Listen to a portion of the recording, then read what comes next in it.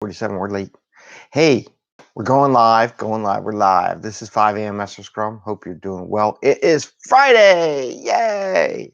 So I don't know about some people, it's already done, the whole week's over, so good for you for overseas. This is episode 137 of the 5am Mester Scrum Show, and here we talk about Agile and Scrum in a practical and tactical way so that you can get home to your family or friends quicker, faster, better, and also deliver software and products, not just software, but other things. And we talk about other things outside of software and IT to your customers quicker, faster, better, without the stress and the craziness, but also some fun. And we are going to do Fortune Cookie Friday. Got some fortune cookies yesterday, so we're going to do that. And you saw this something brought up to me yesterday, so we will talk about that. Just reflected. So we talk about a couple topics. Try to be within the time, like a 15-minute scrum, so you get a habit. How long is 15 minutes really about? And your team should not be having 1 hour daily scrums or half hours. Most of the times, daily scrum should be like a couple minutes, 5-6 minutes. I heard Gary Vee the other day talk about how most meetings are way too overtime anyhow, and you talk about stuff you don't need. And I would totally agree. And I think daily scrum should be as tight as they could be, and just talk about what people need to know. But that's another topic. Got a lot of episodes on that. Today, I want to talk about saying no and dependencies and risk, because I've been doing PI planning past day. I got to do it again today. And I think I got to do it next week, and then I got to do it next year. So I got a lot of PI planning where I'm working and helping people out. It's just something that kind of dawned on me. So I want to talk about no real quick. And it was brought out because of the PI planning. No, actually, I'll do it the other way around. I'm going to call it 10 dependencies and risk, and then I'm going to talk about the no. And then we're going to do the fortune cookie at the end. So one of the things I saw during the PI planning is people were calling out dependencies and risks. And I don't think people get the idea of risks and what a dependency is. A dependency is a risk. As a program manager, project manager for many, many years, always knew in all my schedules when I was dependent upon another group to give me something so my team could be successful. And that is a risk. A dependency, by definition, is a risk. Anytime you don't have control over something, it's considered risk. And it was finding it interesting how many people, when they go through the whole PI planning, and they're identifying their risks and their stuff, and they kind of ignore the dependencies, and they just glossed over it. And I was very like, well, that puts your whole plan at risk, your team at risk, delivering what you promised. And they just kind of like, oh, well, it's a dependency, it's not a risk. No, but it is a risk. Dependencies. Anytime your team depends on another team to give you something or to help you do it, it's definitely a risk, because you have to make sure that interchange. Because when you're in your team, at least you're talking every day. You're engaged with each other theoretically if you're running it right. So maybe you wouldn't talk about, like, if I'm the tester and I'm depending on my partner who's a developer to code it, and then I'm going to test it. That's not a risk. That's just a handoff, right? There is some risk to it, but you don't need to really watch it, because you're watching it every day, and you got like 5, 6, 7, 8 people watching each other's risks all the time. But when you have a dependency, you really need to call it out. So one of my recommendations, when you do have external dependencies, you got two options. Well, you got lots of options. I'll give you two. My take. So either you have a story in your sprint that someone on your team monitors. Some would say it should be the Scrum Master. I don't know. If it's a technical issue, I kind of like having a technical person in charge of the story and not a Scrum Master. Just to monitor and have that communication with another technical group out there that they're needing. A lot of times Scrum Masters don't know enough. Maybe you need you need a new container built up, or you need some I don't know. You may see some technical connections. You need to SAML or different security access clarification. Scrum Masters may not know that, but the technical person should know exactly what they need, and maybe they're a better person to have that connection with another group. but maybe a story. And then the other idea is that you create a story and you ask the person in the other group to be a part of it. However, it messes up their tracking of their work and everything too. So I kind of like the idea of having a story in the sprint.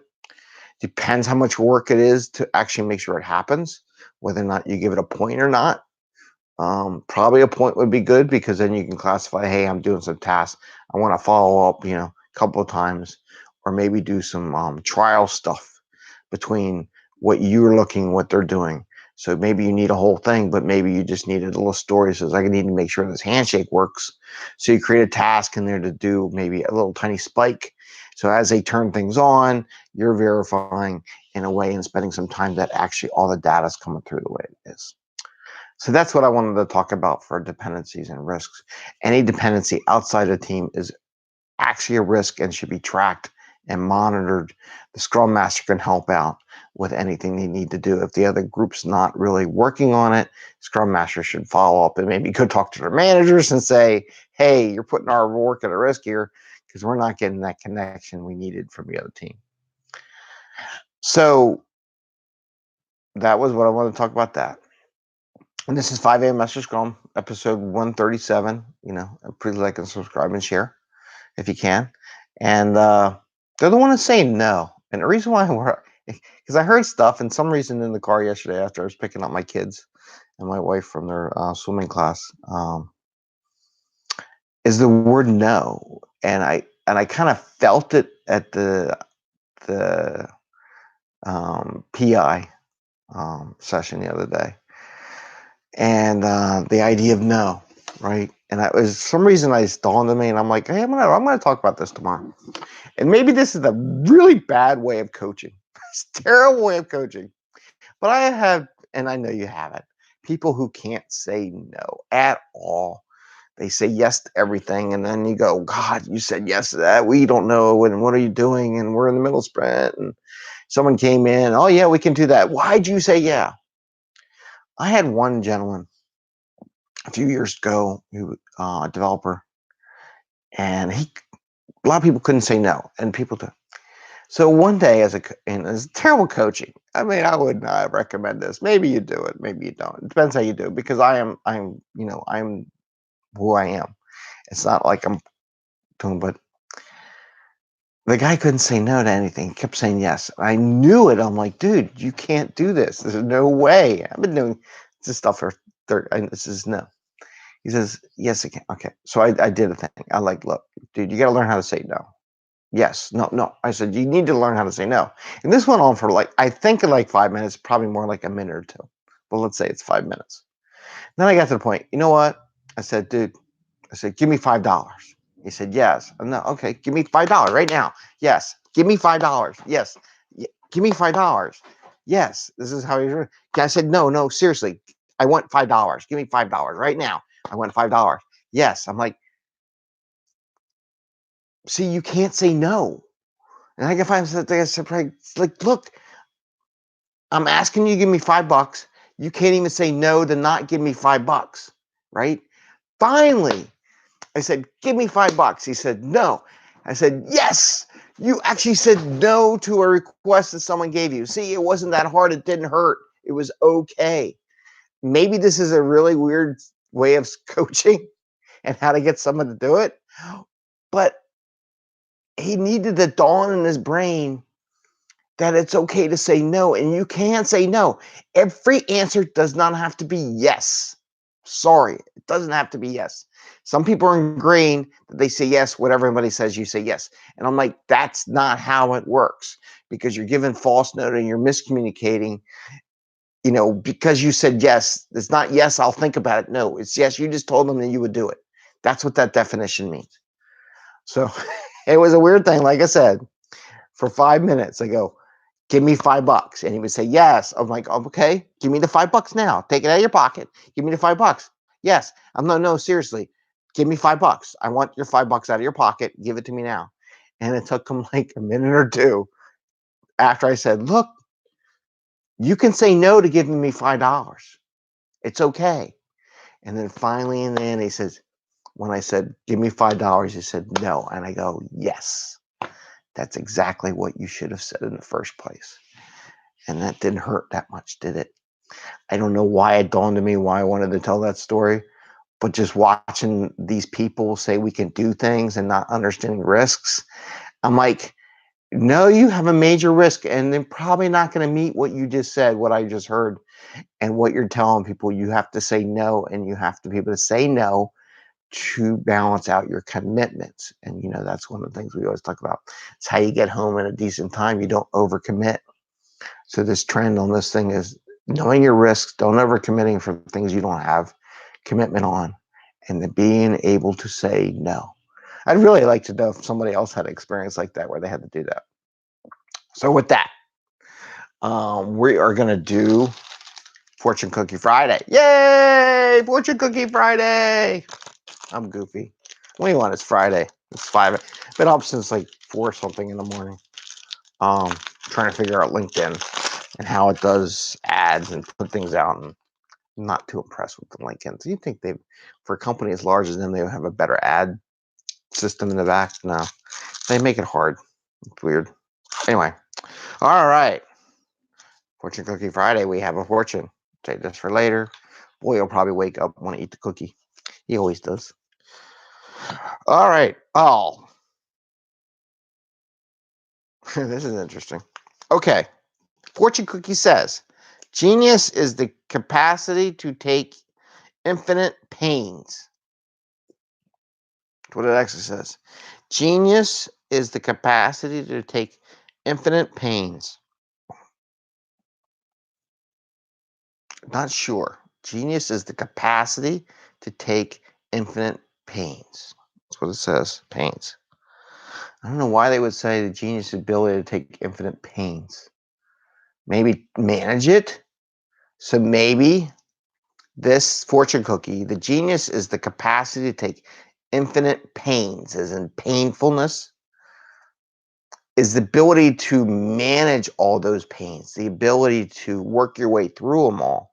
And I think here on 5am Mester Scrum, we give you tools and techniques to manage all those pains. When people come in, like we just did the no thing, how do you manage all these pains? People come pestering. You have to be able to learn to say no, right? Maybe that's a good one. So there's going to be an infinite number of questions people are going to ask you all the time. You have to learn how to say no.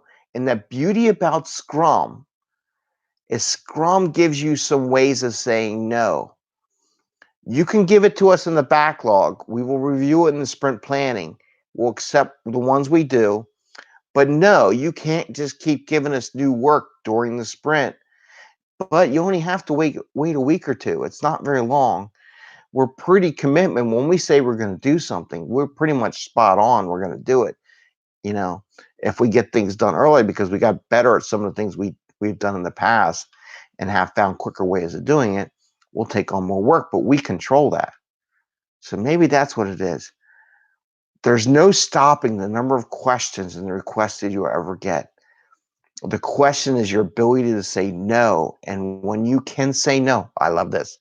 When you can say no, that is the genius part. I like that. So it all, fortune cookie, topic, risks, being able to say no. And the genius is because everybody's going to ask you to do everything on the planet. And someday you have to learn how to be able to say no. Say, no, we can't do it this sprint, but we can put it in the next sprint if it's that much value to you. And with that, I think we're good. Thumbs up. Hope it all goes well. We're under the 15-minute mark. If you subscribe, ooh, that hurt my ear. Ring the bell. We got a little Philadelphia Liberty Bell. It's got the crack in it and everything. See the crack? A little crack right there. Cool. Kids got that for me. Hope you're doing well. Enjoy your Friday. Happy scrumming. We will be here Saturday and Sunday during the 5 o'clock hour. It may be late, I don't know, but somewhere during that time period. And I hope you all have an awesome Friday and a great weekend.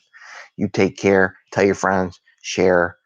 Like if you don't mind. Give me some comments, thoughts you want to have. Got some great feedback this week, so it's awesome. And you all take care. Take care. Bye. See ya.